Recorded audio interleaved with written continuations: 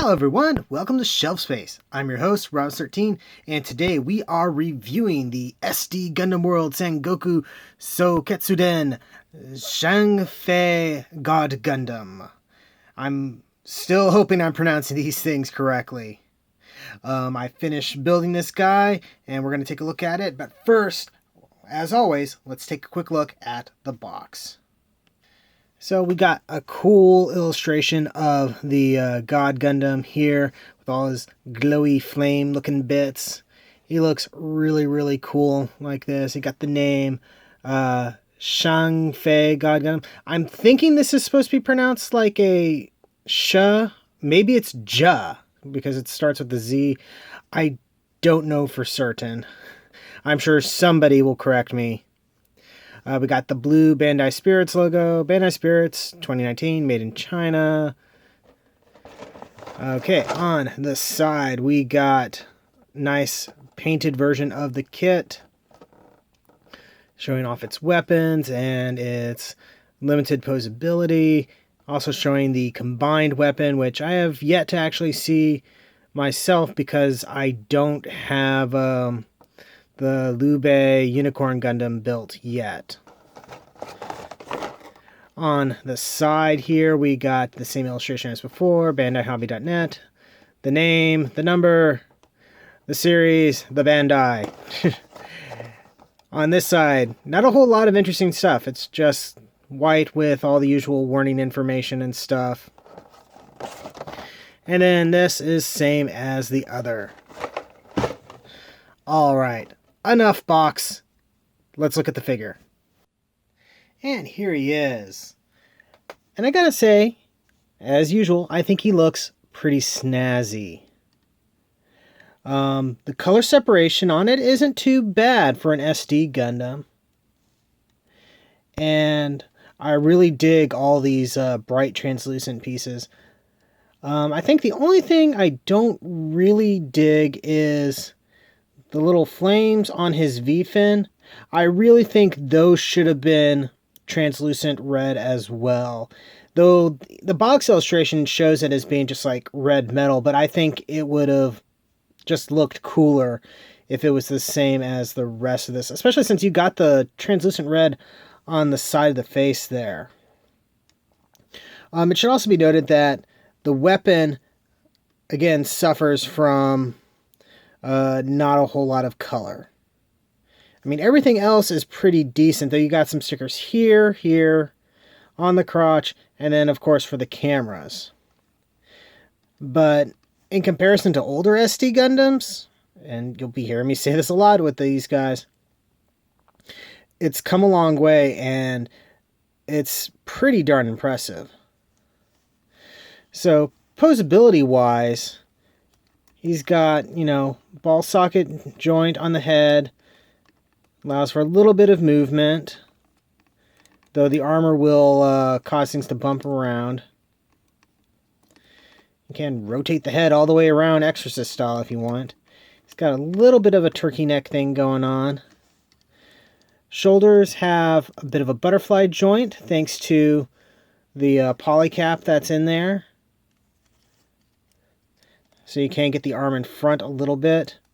You have a ball joint at the top of the shoulder there, no elbow joint, and then a ball socket on the wrist. And the armor will restrict things again. Got a bit of an ab crunch, which is very impressive for an SD Gundam. The leg can't really kick up, even though there is articulation for it because of all this skirt armor. There is a knee bend, though, and you can get your basic 90 degrees there. The feet are on a ball socket joint, so you can get a nice wide, well, for an SD Gundam, A stance. So yeah, it's not the most posable thing in the world, but it's an SD Gundam. And one that doesn't have like a special frame that's changing things up a little bit, like the CS frame ones. Though I will say he does have basically the same sort of internal frame as others in the line, which adds to the articulation, I think. So yeah, pretty darn cool looking. I guess I should note that I did panel line this guy, make all the details pop. At some point, I want to take at least one of these guys and do something with the gold to just sort of make it look a little bit cooler. I have some ideas, I just, need time to work on it. Let's take a quick look at some other kits to compare that. So first up, here is Knight Gundam in his Centaur form from BB Senshi. So yeah, this one is a little bit more of a complicated kit with a little bit more jointing and just overall details. So this is like, if this were like an HG, this would be like an MG. Sort of. Maybe more like an RG or something like that. Next, a descendant of sorts. This is that Hyaku Shiki from the last time they did the Romance of the Three Kingdoms storyline. And these guys are fairly similar in size and proportion, but the stickers required to get the detail right is just kind of over the top here.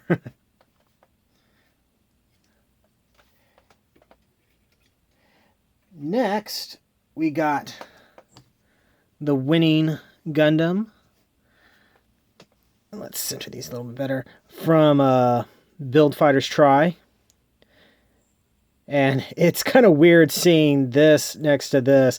The head is so much bigger on this one. The proportions are just really, really weird.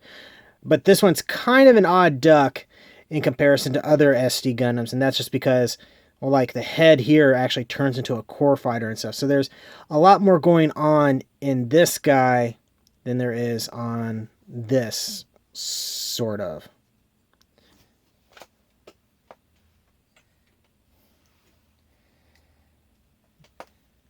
Here we have a SD Strike Gundam full package, or whatever they called it, where it has all of the weapon packs attached. And you can see this guy really needs stickers to bring out the detail, and the stickers are just coming off like nobody's business. And the proportions are a lot different on this. The legs are so much shorter.